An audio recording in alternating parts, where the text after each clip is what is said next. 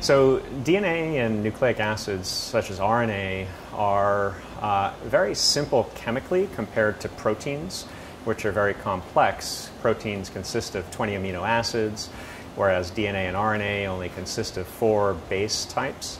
And DNA and RNA also form very simple structured objects or materials known as the duplex or the double helix of DNA,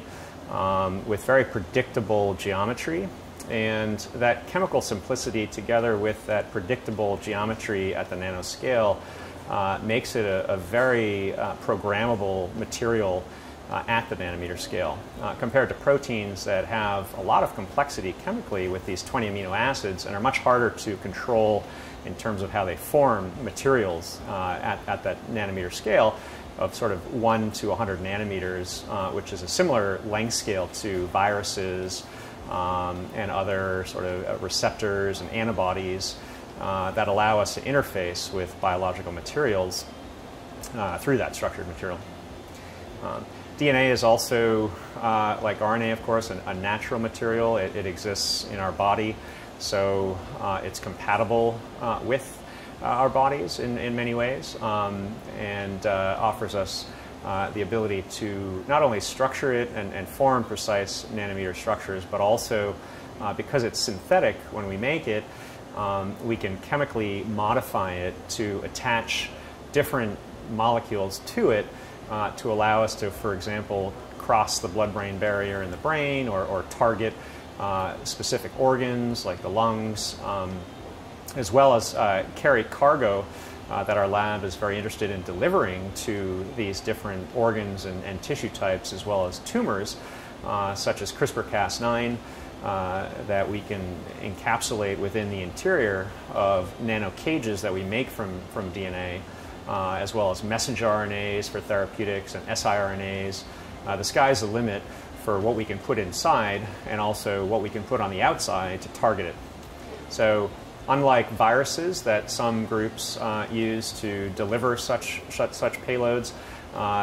structured DNA materials are fully programmable. We can put inside whatever we want and also outside whatever we want, whereas with viruses one's limited to their natural protein components, basically, that can also cause issues with immunogenicity that the host might have in response to these viruses.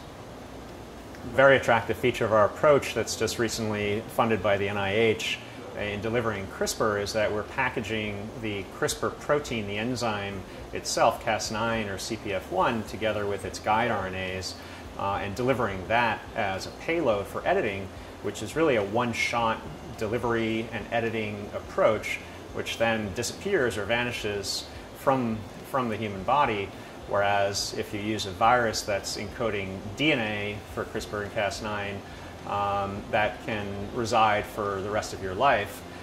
in either the target tissue or other off-target tissues that can certainly have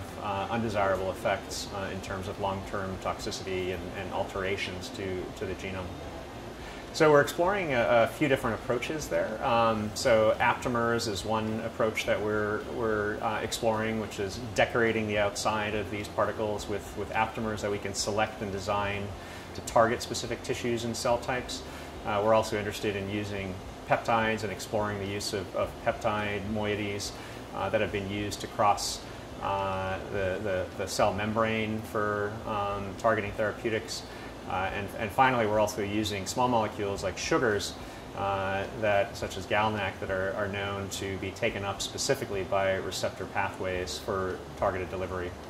Yeah, so because we can put on the outside of these particles anything we want, we're using simple peptide motifs or protein motifs, as well as other nucleic acid motifs and sugars and lipids that are known to target specific organs and tissues and tumors, and decorating our particles with these so that they reach those sites for therapeutic applications.